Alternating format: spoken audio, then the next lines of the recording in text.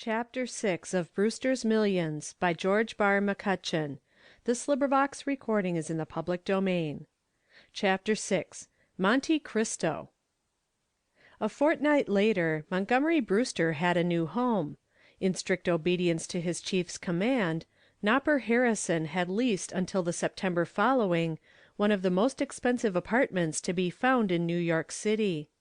The rental was $23,000, and the shrewd financial representative had saved $1,000 for his employer by paying the sum in advance. But when he reported this bit of economy to Mr. Brewster, he was surprised that it brought forth a frown. "I never saw a man who had less sense about money," muttered Nopper to himself. "Why, he spends it like a Chicago millionaire trying to get into New York society. If it were not for the rest of us, he'd be a pauper in 6 months." Paul Pettingill, to his own intense surprise, and, it must be said, consternation, was engaged to redecorate certain rooms according to a plan suggested by the tenant. The rising young artist, in a great flurry of excitement, agreed to do the work for $500, and then blushed like a schoolgirl when he was informed by the practical Brewster that the paints and material for one room alone would cost twice as much. "Petty, you have no more idea of business than a goat," criticized Montgomery, and Paul lowered his head in humble confession. "That man who calcimines your studio could figure on a piece of work with more intelligence than you reveal. I'll pay $2,500. It's only a fair price, and I can't afford anything cheap in this place." "At this rate you won't be able to afford anything," said Pettingill to himself. And so it was that Pettingill and a corps of decorators soon turned the rooms into a confusion of scaffoldings and paint buckets, out of which in the end emerged something very distinguished. No one had ever thought Pettingill deficient in ideas, and this was his opportunity. The only drawback was the time limit which Brewster so remorselessly fixed. Without that, he felt that he could have done something splendid in the way of decorative panels, something that would have made even the glory of Puvis de Chavannes turn pallid. With it, he was obliged to curb his turbulent ideas, and he decided that a rich simplicity was the proper note. The result was gorgeous, but not too gorgeous. It had depth and distinction. Elated and eager, he assisted Brewster in selecting furniture and hangings for each room, but he did not know that his employer was making conditional purchases of everything. Mr. Brewster had agreements with all the dealers to the effect that they were to buy everything back at a fair price if he desired to give up his establishment within a year. He adhered to this rule in all cases that called for the purchase outright of substantial necessities. The bump of calculativeness in Monty Brewster's head was growing to abnormal proportions. In retaining his rooms at Mrs. Gray's, he gave the flimsy but pathetic excuse that he wanted a place in which he might find occasional seasons of peace and quiet. When Mrs. Gray protested against this useless bit of extravagance, his grief was so obviously genuine that her heart was touched, and there was a deep, fervent joy in her soul. She loved this fair-faced boy, and tears of happiness came to her eyes when she was given this new proof of his loyalty and devotion. His rooms were kept for him just as if he had expected to occupy them every day and every night, notwithstanding the luxurious apartments he was to maintain elsewhere. The Oliver Optic books still lay in the attic, all tattered and torn, but to Margaret the embodiment of prospective riches, promises of sweet hours to come. She knew Monty well enough to feel that he would not forget the dark little attic of old, for all the splendors that might come with the new dispensation. There was no little surprise when he sent out invitations to a large dinner. His grandfather had been dead less than a month, and society was somewhat scandalized by the plain symptoms of disrespect he was showing. No one had expected him to observe a prolonged season of mourning, but that he should disregard the formalities completely was rather shocking. Some of the older people, who had not long to live and who had heirs apparent, openly denounced his heartlessness. It was not very gratifying to think of what might be in store for them if all memories were as short as Brewster's. Old Mrs. Ketchel changed her will, and 2 nephews were cut off entirely. A very modest and impecunious grandson of Joseph Garrity also was to sustain a severe change of fortune in the near future if the cards spoke correctly. Judge Van Woert, who was not expected to live through the night, got better immediately after hearing some one in the sick room whisper that Montgomery Brewster was to give a big dinner. Naturally, the heirs-to-be condemned young Brewster in no uncertain terms. Nevertheless, the dinner to be given by the grandson of old Edwin Peter Brewster was the talk of the town, and not one of the 60 invited guests could have been persuaded to miss it. Reports as to its magnificence were abroad long before the night set for the dinner. One of them had it that it was to cost $3,000 a plate. From that figure the legendary price receded to a mark as low as $500. Montgomery would have been only too glad to pay $3,000 or more, but some mysterious force conveyed to his mind a perfect portrait of Swearengen Jones in the act of putting down a large black mark against him, and he forbore. I wish I knew whether I had to abide by the New York or the Montana standard of extravagance, Brewster said to himself. I wonder if he ever sees the New York papers. Late each night the last of the grand old Brewster family went to his bedroom, where, after dismissing his man, he settled down at his desk with a pencil and a pad of paper. Lighting the candles, which were more easily managed, he found, than lamps, and much more costly, he thoughtfully and religiously calculated the expenses for the day. Nopper Harrison and Elon Gardner had the receipts for all moneys spent, and Joe Bragdon was keeping an official report, but the chief, as they called him, could not go to sleep until he was satisfied in his own mind that he was keeping up the average. For the first 2 weeks it had been easy. In fact, he seemed to have quite a comfortable lead in the race. He had spent almost $100,000 in the fortnight, but he realized that the greater part of it had gone into the yearly and not the daily expense account. He kept a profit and loss entry in his little private ledger, but it was not like any other account of the kind in the world. What the ordinary merchant would have charged to loss, he jotted down in the profit side, and he was continually looking for opportunities to swell the total.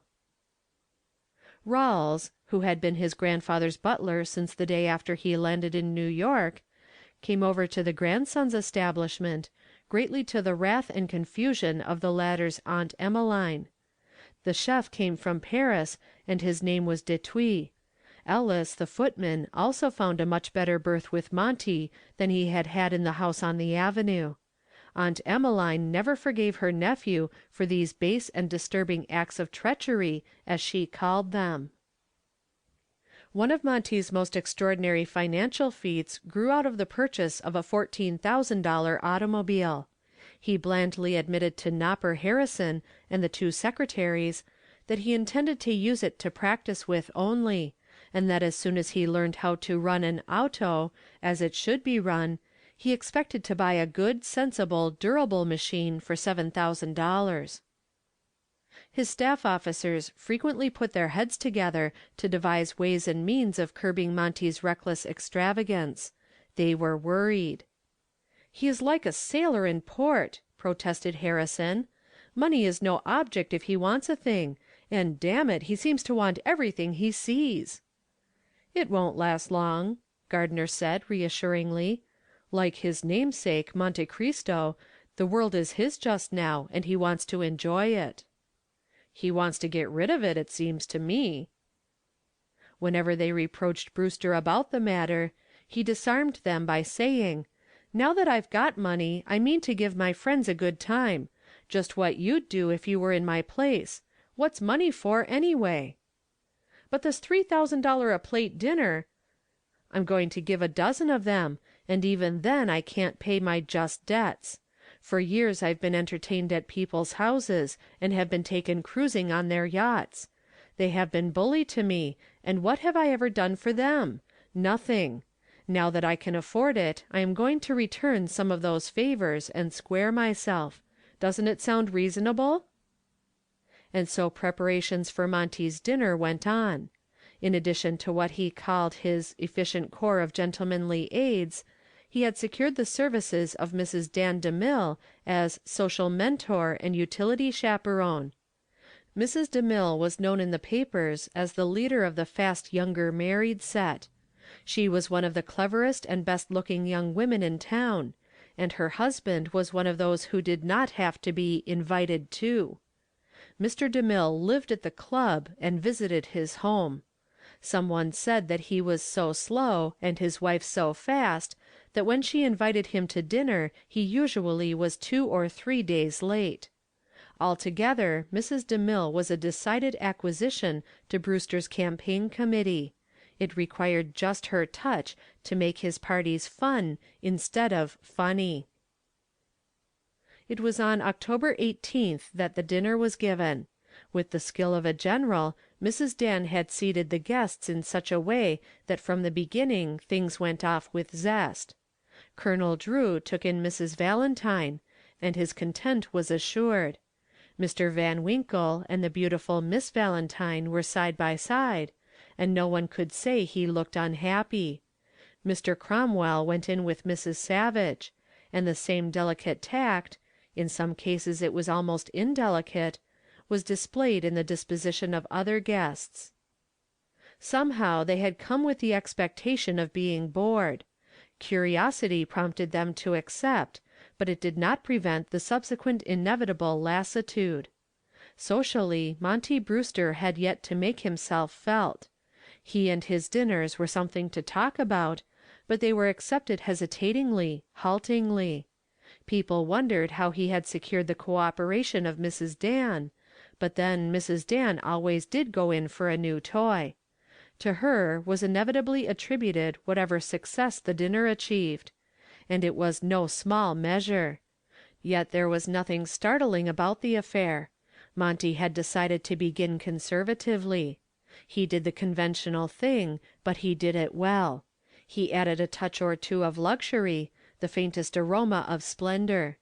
Pettingill had designed the curiously wayward table, with its comfortable atmosphere of companionship, and arranged its decoration of great lavender orchids and lacy butterfly festoons of white ones touched with yellow. He had wanted to use dahlias in their many deep shades, from pale yellow to orange and deep red, but Monty held out for orchids. It was the artist, too, who had found in a rare and happy moment the massive gold candelabra, ancient things of a more luxurious age, and their opalescent shades. Against his advice the service, too, was of gold. Rank vulgarity, he called it, with its rich meaningless ornamentation. But here Monty was obdurate. He insisted that he liked the color, and that porcelain had no character. Mrs. Dan only prevented a quarrel by suggesting that several courses should be served upon Sevres. Pettingill's scheme for lighting the room was particularly happy. For the benefit of his walls and the 4 lovely Monets which Monty had purchased at his instigation, he had designed a ceiling screen of heavy rich glass in tones of white that grew into yellow and dull green. It served to conceal the lights in the daytime, and at night the glare of electricity was immensely softened and made harmonious by passing through it. It gave a note of quiet to the picture, which caused even these men and women, who had been here and there and seen many things, to draw in their breath sharply. Altogether, the effect manifestly made an impression. Such an environment had its influence upon the company. It went far toward making the dinner a success. From far in the distance came the softened strains of Hungarian music, and never had the little band played the Valse Amoureuse and the Valse Bleue with the spirit it put into them that night. Yet the soft clamor in the dining room insistently ignored the emotion of the music. Monty, bored as he was between the 2 most important dowagers at the feast, wondered dimly what invisible part it played in making things go. He had a vagrant fancy that without it there would have been no zest for talk, no noisy competition to overcome, no hurdles to leap. As it was, the talk certainly went well, and Mrs. Dan inspected the result of her work from time to time with smiling satisfaction. From across the table she heard Colonel Drew's voice: "Brewster evidently objects to a long siege. He is planning to carry us by assault." Mrs. Dan turned to "Subway" Smith, who was at her right, the latest addition to her menagerie. "What is this friend of yours?" she asked. "I have never seen such complex simplicity. This new plaything has no real charm for him. He is breaking it to find out what it is made of, and something will happen when he discovers the sawdust." "Oh, don't worry about him," said "Subway" easily. "Monty's at least a good sportsman. He won't complain, whatever happens. He'll accept the reckoning and pay the piper." It was only toward the end of the evening that Monty found his reward in a moment with Barbara Drew. He stood before her, squaring his shoulders belligerently to keep away intruders, and she smiled up at him in that bewildering fashion of hers. But it was only for an instant, and then came a terrifying din from the dining room, followed by the clamor of crashing glass. The guests tried for a moment to be courteously oblivious, but the noise was so startling that such politeness became farcical. The host, with a little laugh, went down the hall. It was the beautiful screen near the ceiling that had fallen. 1,000 pieces of shattered glass covered the place. The table was a sickening heap of crushed orchids and sputtering candles. Frightened servants rushed into the room from one side, just as Brewster entered from the other. Stupefaction halted them. After the first pulseless moment of horror, exclamations of dismay went up on all sides. For Monty Brewster the first sensation of regret was followed by a diabolical sense of joy. "Thank the Lord," he said softly in the hush. The look of surprise he encountered in the faces of his guests brought him up with a jerk. "That it didn't happen while we were dining," he added with serene thankfulness.